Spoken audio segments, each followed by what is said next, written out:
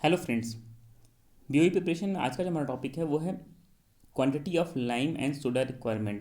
Actually ये एक तरह का वाटर सॉफ्टनिंग प्रोसेस है, लेकिन ये वाटर सॉफ्टनिंग प्रोसेस हम लाइम और सोडा के थ्रू करते हैं।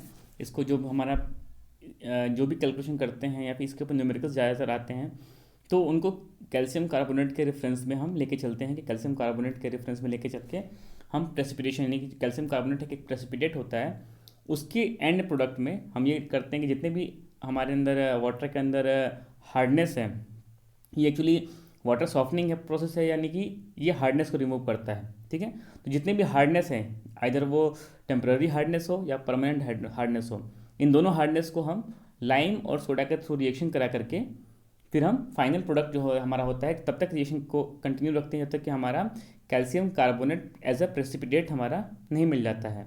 ठीक है, तो उसी का हम कैलकुलेशन करते हैं कि हाँ हमें कितना इक्विवेलेंट ऑफ कैल्शियम कार्बोनेट के रेफरेंस में हमें कितना लाइम और कितना सोडा क्वांटिटी हमको चाहिए। तो ये हमारा कैलकुलेशन आता है ज़्यादातर बीओई के सिलेबस के थ्रू है, और कई बार बीओई में क्वेश्चन पूछा गया है। तो हम स्टार्ट करते हैं आज का अपना टॉपिक। काफ़ी इंटरेस्टिंग टॉपिक है, बहुत मज़ा आएगा आपको भी।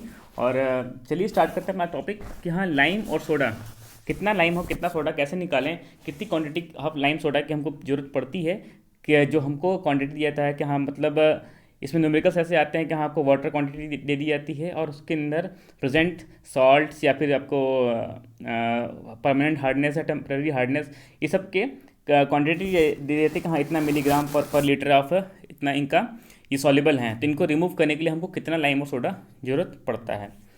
तो हम पहले अपने इन सब चीज़ों को पहले भी डिस्कस कर चुके हैं अपने डीएम प्लांट का। अगर आपने चैप्टर मेरा नहीं देखा है तो काफ़ी इंटरेस्टिंग और specially BOE point of view से उसको डिज़ाइन किया गया है। उसमें काफ़ी ऐसी चीज़ें हैं जो आपको कहीं नहीं मिलेंगे, तो प्लीज़ उसको ज़रूर देखना। ठीक है, तो पहले अपने देख लेते हैं कि हाँ टेम्पररी और परमानेंट हार्डनेस क्या होता है। ठीक है, टेम्पररी हार्डनेस वो होता है जैसे कि हम इजीली इसको रिमूव कर सकते हैं।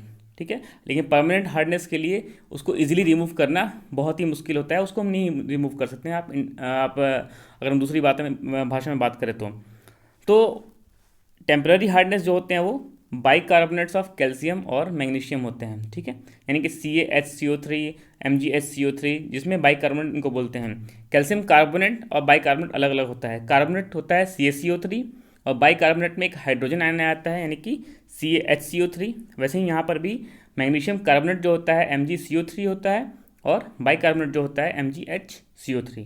ठीक है, तो जो बाइकार्बोनेट्स होते हैं वो क्या होता है, इजीली प्रेसिपिटेट हो जाते हैं। अगर इनको हम गर्म कर देना, अगर आप एग्जाम्पल देखना चाहते हैं तो आप क्या करिए कि पानी लीजिए एक पैन में और उसको गर्म करिए, तो जो सॉल्ट आपको दिख जाएगा पानी गर्म करने के बाद, अब जब उसको थोड़ी देर बॉयल करने के बाद उसको हटाएंगे तो देखेंगे नीचे वाइट कलर का डिपोजिशन हो जाता है हार्डनेस, वो होता है टेम्पररी हार्डनेस। तो हम बोल सकते हैं कि उसको बॉइलिंग के थ्रू भी हम टेम्पररी हार्डनेस काफ़ी हद तक रिमूव कर देते हैं। लेकिन जो परमानेंट हार्डनेस होता है वो नहीं निकलता है। ठीक है, तो वो क्या होते हैं, वो कैल्शियम और मैग्नीशियम के सल्फेट, क्लोराइड्स या नाइट्रेट्स, ये सब जो होते हैं इनको बोलते हैं परमानेंट हार्डनेस। ठीक है, तो कुछ सॉल्ट्स जो होते हैं वो भी परमानेंट हार्डनेस के रूप में आते हैं, जैसे एल्यूमिनियम और आयरन के जो सॉल्ट्स होते हैं वो भी एज अ परमानेंट हार्डनेस में भी आते कंसिडर किए जाते हैं। और वो भी न्यूमेरिकल्स में आते हैं कि उसके रिस्पेक्ट में भी हमको पूछा जाता है कि हमको कितना लाइम और सोडा चाहिए इन एल्यूमिनियम और आयरन का जो है, या फिर HCl है या H2SO4 है, उसको रिमूव करने के लिए। ठीक है, तो ये सब चीज़ें हम कैसे पता चलेगा कौन सा रिएक्शन करता है कौन सा नहीं करता है, तो ये सब चीज़ें हम देखेंगे जब हम बहुत सारे रिएक्शंस भी देखेंगे आज हम, क्या कैसे कैसे रिएक्शन करता है, कौन सा एलिमेंट रिएक्शन नहीं करता है। तो वो सब चीज़ें हमें पता होना चाहिए, तभी हम इनके न्यूमेरिकल्स को कर पाएंगे। बाकी होता बहुत ही सिंपल है न्यूमेरिकल, लेकिन हमें अगर कॉन्सेप्ट क्लियर नहीं है तो नहीं कर पाएंगे। चलिए आगे चलते हैं अपने मेन टॉपिक पे। तो लाइम और सोडा प्रोसेस में जानने के लिए पहले हमको लाइम जानना पड़ेगा और सोडा जानना पड़ेगा। लाइम जो होता है वो होता है CaOH का होल ट्वाइस, यानी कि कैल्शियम हाइड्रोक्साइड जिसको हम बोलते हैं। और जो सोडा होता है वो होता है Na2CO3, यानी कि सोडियम कार्बोनेट। ठीक है, तो सोडियम कार्बोनेट और कैल्शियम हाइड्रोक्साइड, इनका मॉलिक्यूलर वेट हम बात करें तो कैल्शियम हाइड्रोक्साइड का 74 होता है, और जो सोडा यानी कि कैल्शियम कार्बोनेट का जो सोडियम कार्बोनेट का जो होता है वो होता है 106। आप इजीली सम कर सकते हैं। सम करने के लिए क्या होगा कि कैल्शियम का मॉलिक्यूलर वेट होता है 40, ऑक्सीजन का होता है 16 16, और हाइड्रोजन 1 ठीक है। यहाँ पर सोडियम का होता है 23, सोडियम की बात करें तो 23 होता है, ठीक है। बाकी तो कार्बन का 12, ठीक है। तो इन सबको जब आप समराइज करेंगे, कैलकुलेट करेंगे कि 2 मोल ऑफ सोडियम है, यानी कि 23 दूनी आपका कितना हुआ, 46 हो गया, 23 इंटू 2 46 हो गया। फिर हमारा कार्बन का 12 और ऑक्सीजन जो 16 है 48, 16 इंटू 3।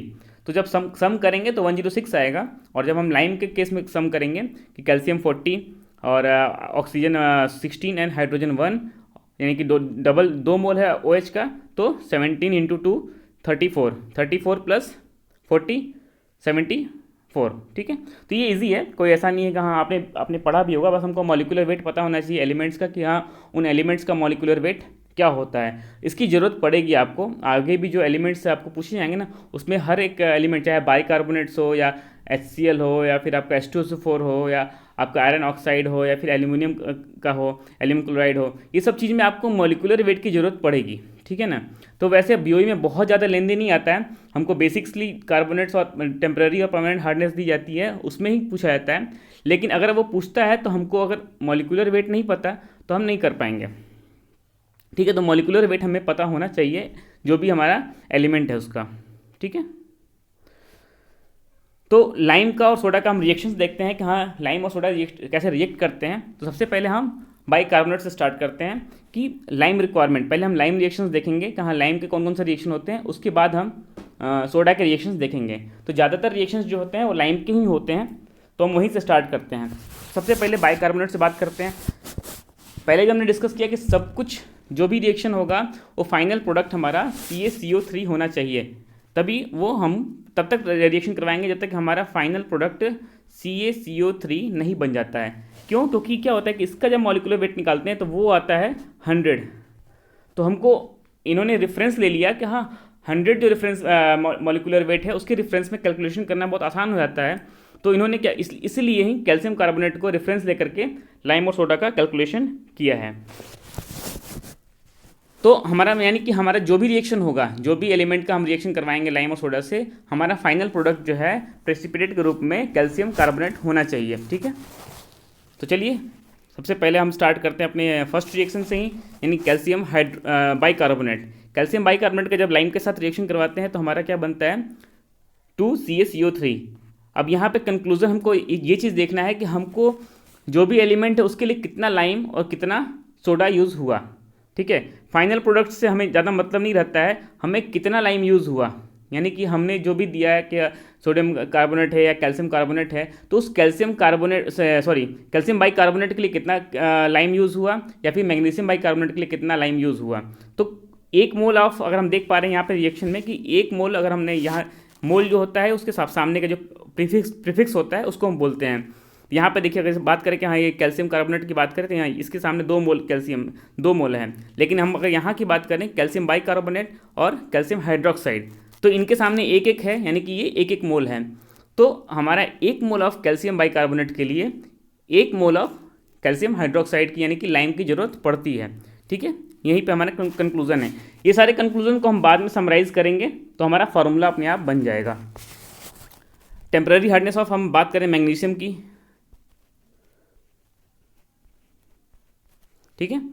मैग्नीशियम की बात करेंगे तो एक अगर हम रिएक्शन कराते हैं मैग्नीशियम बाइकार्बोनेट का तो हमारा एक प्रोडक्ट बनता है कैल्शियम कार्बोनेट जो हमको चाहिए, लेकिन जो दूसरा प्रोडक्ट बनता है ना कैल्शियम मैग्नीशियम कार्बोनेट, उसको फिर से हमें न्यूट्रलाइज करना पड़ेगा।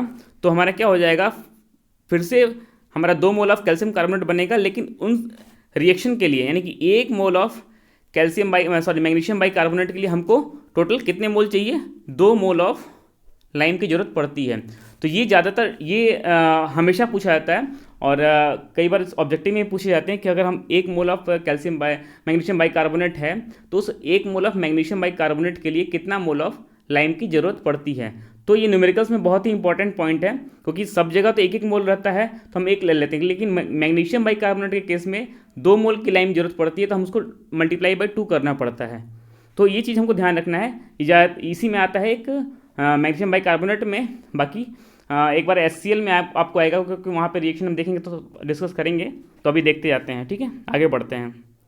तो यहाँ पर हमने क्या कंक्लूजन निकला कि 2 मोल ऑफ लाइम रिक्वायर्ड होता है हमारे 1 mole of magnesium by carbonate के लिए। ठीक है, वहाँ तक के रिएक्शन में क्या था, जो हमारे बाइकार्बोनेट्स थे वो टेम्पररी हार्डनेस थे, और उसमें हमारा लाइम के रिएक्शन से ही हमारा फाइनल प्रोडक्ट यानी कि हमारा जो CaCO3 बन जाता है।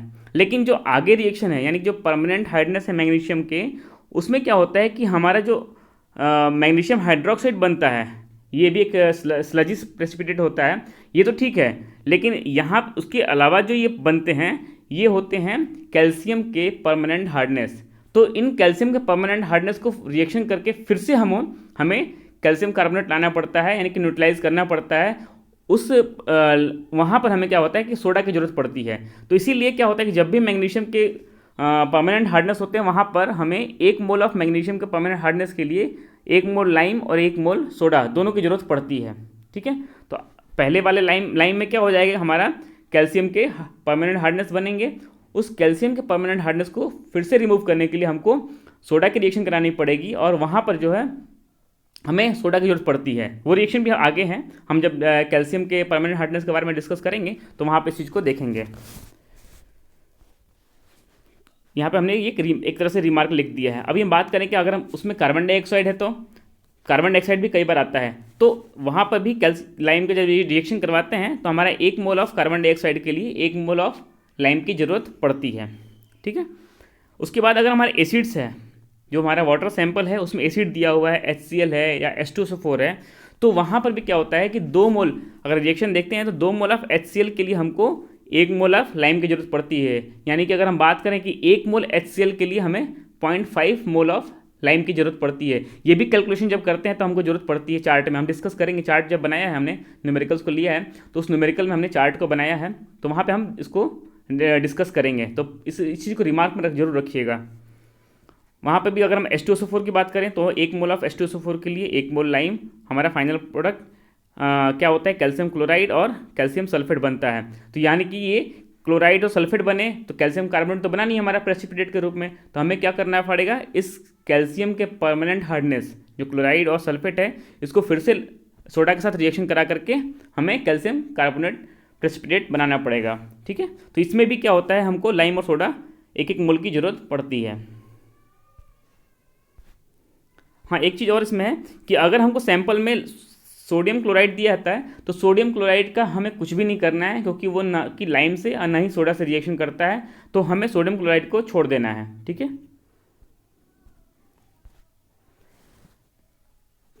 कंक्लूजन वही हुआ, 1 mole of lime is required for the removal of 1 mole of permanent hardness of magnesium carbon dioxide and H2SO4, जबकि हाफ मोल ऑफ हमको 1 मोल ऑफ HCl के लिए हाफ मोल ऑफ हमको लाइम की ज़रूरत पड़ती है। ठीक है, ये जो हमारे लास्ट पहले रिएक्शन थे उसके रिजल्ट्स हैं, कंक्लूजन्स हैं। अभी हम बात कर रहे थे कि हाँ परमानेंट हार्डनेस ऑफ कैल्शियम की बात करें कि जो कैल्शियम का परमानेंट हार्डनेस है, यानी कि जो क्लोराइड्स है, नाइट्रेट है और सल्फेट्स हैं, उनको अगर हम सोडा के साथ रिएक्शन कराते हैं तो हमारा देख रहे हैं आप कि हमारा जो फाइनल प्रोडक्ट बन रहा है वो कैल्शियम कार्बोनेट बन गया। तो हम सारे रिएक्शन क्या करते हैं, हमारा मोटो था, क्या था मोटो, कि हमें कैल्शियम कार्बोनेट जब तक नहीं बनता है तब तक रिएक्शन कराना है, और कैल्शियम कार्बोनेट जो प्रेसिपिटेट हो जाएगा, ये जो प्रेसिपिटेट है ये नीचे बैठ जाता है, जब ये प्रेसिपिटेट बैठ जाएगा तो हमारा रिएक्शन कंप्लीट हो जाएगा। ठीक है, तो उसके बाद क्या हो जाएगा कि 1 mole of soda is required for removal of 1 mole of permanent hardness of calcium ion. ठीक है, अभी ये सब चीज़ें जो रिएक्शन देखा, इन सभी रिएक्शंस को समराइज करके फाइनल हमको लाइम और सोडा का फार्मूला डेराइव होता है। तो हम फार्मूला की अगर बात करें तो हम क्या कर रहे थे, 74/100, यानी कि हम ये क्या कर रहे हैं, 100 हमारा लाइम का है, सॉरी 100 हमारा क्या है कि कैल्शियम कार्बोनेट है, कि हमको 100 ग्राम या फिर 100 किलोग्राम या 100 मोल कैल्शियम का कार्बोनेट के लिए 74 मोल या 74 ग्राम क्या पड़ता है, हमको लाइम की जरूरत पड़ती है। तो इसीलिए ये 74/100, इसीलिए इस फार्मूला को ईजिली करने के लिए हम कैल्शियम कार्बोनेट के फॉर्मेट में रखते हैं। इसको हमने अपने ऑब्जेक्टिव क्वेश्चन में भी डिस्कस किया हुआ है पहले भी। अभी हम क्या था, ये तो 74/100 हमारा क्या हुआ, मॉलिकुलर्स वेट हो गए कैल्शियम कार्बोनेट के और लाइम के, यानी लाइम का 74 और कैल्शियम कार्बोनेट का 100। अभी इसमें क्या है कि हमने फार्मूला समराइज किया, लाइम के लिए हमको क्या होता है, calcium ion temporary hardness of calcium, यानी कि कैल्शियम बाइकार्बोनेट का जो रिविजन कराया था हमने, तो उसमें हमको 1 मोल की लाइम की जरूरत पड़ी थी, याद है। तो वहाँ पर temporary hardness of calcium ion 2 into temporary hardness of magnesium ion, हमने बोला था ना कि 2 मोल हमको जरूरत पड़ती है मैग्नीशियम आयन, अगर हमारा मैग्नीशियम बाइकार्बोनेट है, टेम्पररी हार्डनेस मैग्नीशियम बाइकार्बोनेट के कारण ही होता है, MgHCO3 का होल ट्वाइस। इसका रिएक्शन हमने देखा था कि इसके 1 मोल के लिए हमें 2 मोल ऑफ लाइम की जरूरत पड़ती है, इसीलिए यहाँ पर फॉर्मूला में 2 into temporary hardness of magnesium ion, ठीक है। उसके बाद क्या आता है, permanent hardness of magnesium iron and aluminium. Permanent hardness हमारा, अगर मैग्नीशियम की बात कर रहे थे तो हमारा परमानेंट हार्डनेस जो था, मैग्नीशियम क्लोराइड था, सल्फेट था, नाइट्रेट था, तो हमने बात की थी ना कि उसमें लाइम का रिएक्शन होता है, तो लाइम से क्या बनता है, परमानेंट हार्डनेस ऑफ कैल्शियम के बनते हैं, और फिर उन परमानेंट हार्डनेस ऑफ कैल्शियम को जब रिएक्शन कराते हैं सोडा के साथ तो हमारा बनता है। इसीलिए ये आप ये देखेंगे कि दोनों जो फार्मूला में ये जो है ना, परमानेंट हार्डनेस जो है मैग्नीशियम आयरन और एल्यूमिनियम के, ये रिएक्शन हमारा लाइम में भी जरूरत पड़ता है और सोडा में भी जरूरत पड़ता है। तो यहाँ भी आप देख पाएंगे कि इस फार्मूला में इसको कंसीडर यहाँ भी किया गया और यहाँ भी किया गया हुआ है, ठीक है। देखिए magnesium aluminium and iron, magnesium aluminium and iron, ठीक है। डिफरेंस क्या है कि यहाँ पर कैल्शियम है, यहाँ पर कैल्शियम नहीं है, क्यों, क्योंकि हमारा कैल्शियम कार्बोनेट बन जाता है, वहाँ पे हमको जरूरत नहीं पड़ती है, ठीक है ना। तो वहाँ पे हमको रिएक्शन कराने की जरूरत नहीं पड़ती। जो परमानेंट हार्डनेस है उनके लिए हमको जो परमानेंट हार्डनेस ऑफ कैल्शियम के होते हैं उसको न्यूट्रलाइज करने के लिए हमको सोडा की जरूरत पड़ती है, इसीलिए यहाँ पर हमें यहाँ पर कैल्शियम के परमानेंट हार्डनेस नहीं होते हैं, ठीक है ना, केवल मैग्नीशियम एल्यूमिनियम और आयरन के होते हैं, ठीक है। कार्बन डाइऑक्साइड के लिए हमने रिएक्शन किया था, कार्बन डाइऑक्साइड का रिएक्शन के लिए लाइम का रिएक्शन था, फिर H2SO4 और HCl का रिएक्शन किया था, और HCO3 आयन्स पोटेशियम के बाइकार्बोनेट्स होते हैं, अगर उनके अवेलेबल हैं तो वहाँ पर लाइम का रिएक्शन होता है तो उसको सम करते हैं, लेकिन यहाँ पर हमको सोडा में उसको रिएक्शन माइनस कर देते हैं, क्योंकि वहाँ पे क्या है कि एक्स्ट्रा सोडियम बाइकार्बोनेट जनरेट होता है, सोडियम कार्बोनेट जनरेट होता है, ठीक है। तो ये नहीं है, ज़्यादातर हमको यहाँ तक की रिएक्शन की जरूरत पड़ती है फार्मूला की, ठीक है। लेकिन यह चीज़ ध्यान रखिए कि all in terms of calcium carbonate equivalent, ठीक है, सभी को। ये हमारा फार्मूला हो गया। अभी इस फार्मूले को हम न्यूमेरिकल के ऊपर सॉल्व करेंगे। न्यूमेरिकल ये छत्तीसगढ़ BOE में आया था, 2017 का पेपर था। उसमें ये था कि calculate the amount of lime and soda require for softening of a hard water sample, ठीक है, 20,000 लीटर है। उसमें क्या दिया हुआ है, मैग्नीशियम बाइकार्बोनेट दिया हुआ है 73 मिलीग्राम पर लीटर, कैल्शियम बाइकार्बोनेट 162 मिलीग्राम पर लीटर, मैग्नीशियम क्लोराइड 95 और कैल्शियम सल्फेट वो क्या है 136। तो आपको देख रहे हैं कि जितने बाइकार्बोनेट से वो हमारा क्या होता है, टेम्पररी हार्डनेस है। तो कैल्शियम और मैग्नीशियम के बाइकार्बोनेट्स टेम्पररी हार्डनेस हो गए, और मैग्नीशियम और ये मैग्नीशियम क्लोराइड और कैल्शियम सल्फेट ये दोनों क्या है, मैग्नीशियम और कैल्शियम क्या है, ये परमानेंट हार्डनेस होते हैं, ठीक है, क्लोराइड सल्फेट नाइट्रेट। तो ये क्या होता है, ये हमको लाइम और सोडा दोनों में रिएक्शन करना है, क्योंकि परमानेंट हार्डनेस हमारे जो थे वो लाइम सोडा में यूज़ करते हैं, लेकिन जो टेम्पररी हार्डनेस होता है वो केवल लाइम में यूज़ करते हैं फार्मूला। तो वो बनाने से पहले हम एक चार्ट बनाएंगे जिसमें हमको जो एलिमेंट्स दिए हुए उन एलिमेंट्स को नोट डाउन करेंगे, जैसे हमारा magnesium bicarbonate, calcium bicarbonate, magnesium chloride और कैल्शियम सल्फेट। फिर उनका मॉलिक्यूलर वेट निकालेंगे, ठीक है। हमने बोला था ना कि मॉलिक्यूलर वेट की जरूरत पड़ेगी, तो मॉलिक्यूलर वेट निकालेंगे। उसके बाद स्ट्रेंथ यानी कि कितना मिलीग्राम उसमें दिया हुआ है, मिलीग्राम पर लीटर में, वो लिखेंगे। उसके बाद हम करेंगे कि हाँ कितने मोल की रिक्वायरमेंट पड़ती थी। तो हमने बताया था कि मैग्नीशियम बाइकार्बोनेट के लिए हमें 2 मोल की जरूरत पड़ती है, इसलिए यहाँ पर 2 है, 2 मोल इंटू 100/146, 100/146। ये क्यों किया, हमने किया था ना कि हमें 146 1 मोल के लिए एक जरूरत पड़ती है। तो अगर हम मोल को मॉलिक्यूलर वेट में कन्वर्ट करें तो 146 ग्राम ऑफ मैग्नीशियम कार्बोनेट के लिए हमको 2 × 100 मतलब कि 2 मोल को दो फाइनली बनते हैं ना प्रोडक्ट, तो 2 लाइम के जो 2 फाइनल प्रोडक्ट बनते हैं हमारे कैल्शियम कार्बोनेट के, तो 2 मोल ऑफ कैल्शियम कार्बोनेट बनते हैं, इसलिए 2 × 100/146। आप रिएक्शन देखिए कि हमारे क्या बनते हैं, 2 mole of 1 mole of magnesium bicarbonate से 2 मोल ऑफ कैल्शियम कार्बोनेट बनते हैं। तो यानी कि 1 मोल से 2 मोल कैल्शियम कार्बोनेट बनते हैं, यानी कि अगर मॉलिक्यूलर वेट में कन्वर्ट करें तो 146 से 2 × 100 बनते हैं कैल्शियम कार्बोनेट। तो 1 से कितने बनेंगे, 2 इंटू 100/146। तो ये मल्टीप्लिकेशन फैक्टर ऐसे ही जनरेट होता है, ठीक है। तो 2 इंटू 100/146 से डिवाइड किया, फिर यहाँ पे मल्टीप्लिकेशन फैक्टर किया, यहाँ पे वन मोल के लिए 1 जरूरत पड़ती है, तो इसको सेम 100/162, 100/95, 100/136। तो हमारा जब कैलकुलेशन करते हैं जितना दिया हुआ उसके रिस्पेक्ट में, तो सभी 100 आते हैं। इन्होंने बहुत ईजी कैलकुलेशन दिया था, ठीक है। अब फार्मूला में बैठाएंगे हम, तो हमारा फार्मूला क्या था, 74/100 इंटू, अभी क्या था यहाँ पर कि temporary hardness of calcium ion, temporary hardness कितना था, कैल्शियम बाइकार्बोनेट, कैल्शियम बाइकार्बोनेट का 100 आया था क्वांटिटी, तो 100 हमने किया, ठीक है। 2 इंटू 50 यानी कि हमारा ये भी 100 आया था, तो वो 100 हो गया ये मैग्नीशियम कार्बोनेट का, मैग्नीशियम बाइकार्बोनेट का। और हमारा जो परमानेंट हार्डनेस ऑफ मैग्नीशियम जो दिया हुआ था, मैग्नीशियम क्लोराइड, वो भी हमारा 100 आया था, सीट में आया है ना। मैग्नीशियम क्लोराइड कितना आया है, मैग्नीशियम क्लोराइड भी 100 आया है, कैल्शियम बाइकार्बोनेट और मैग्नीशियम बाइकार्बोनेट, यानी कुल मिलाकर तीनों 100 आए हैं। इन तीनों को सम करेंगे और फार्मूले को सॉल्व करेंगे जब रख के, तो हमारा 222 मिलीग्राम पर लीटर हमको लाइम की ज़रूरत पड़ती है। अब हम इसको जो क्वांटिटी दिया हुआ है कि हाँ मास ऑफ लाइम कितना चाहिए, मास ऑफ लाइम कितना चाहिए हमको, तो उसको करने के लिए हमको ये हमारा 1 लीटर के लिए 222 मिलीग्राम जरूरत पड़ता है, तो 20,000 लीटर के लिए कितना पड़ेगा, 4.44 किलोग्राम। सिंपल कैलकुलेशन है, बस हमको फार्मूला पता होना चाहिए और मॉलिक्यूलर वेट पता होना चाहिए। सेम वहीं पर अगर हम बात करें अपने सोडा के फार्मूले में, तो 106/100, ठीक है। Permanent hardness of calcium, magnesium, iron, तो हमारा क्या हुआ था, 106/100 परमानेंट हार्डनेस का था हमारा, एक तो मैग्नीशियम क्लोराइड था और दूसरा क्या था, कैल्शियम सल्फेट था, ठीक है। ये है ना दोनों, कैल्शियम सल्फेट, कैल्शियम का जो परमानेंट हार्डनेस है, और मैग्नीशियम क्लोराइड, ठीक है, दो ही हैं। तो इन दोनों को हमने कैलकुलेट किया रख करके फार्मूला में, तो लगभग 212 मिलीग्राम पर लीटर, यानी कि 1 लीटर में हमको 212 मिलीग्राम सोडा की जरूरत पड़ती है। तो हमारा 20,000 लीटर जो पानी दिया हुआ है उसके लिए कितना जरूरत पड़ेगा, 212 गुणे 20,000, यानी कि हम मल्टीप्लाई करेंगे तो 4.24 किलोग्राम ऑफ सोडा की जरूरत पड़ती है। तो जो हमारा फाइनल आंसर आएगा 4.46 किलोग्राम ऑफ लाइम और 4.24 किलोग्राम ऑफ सोडा।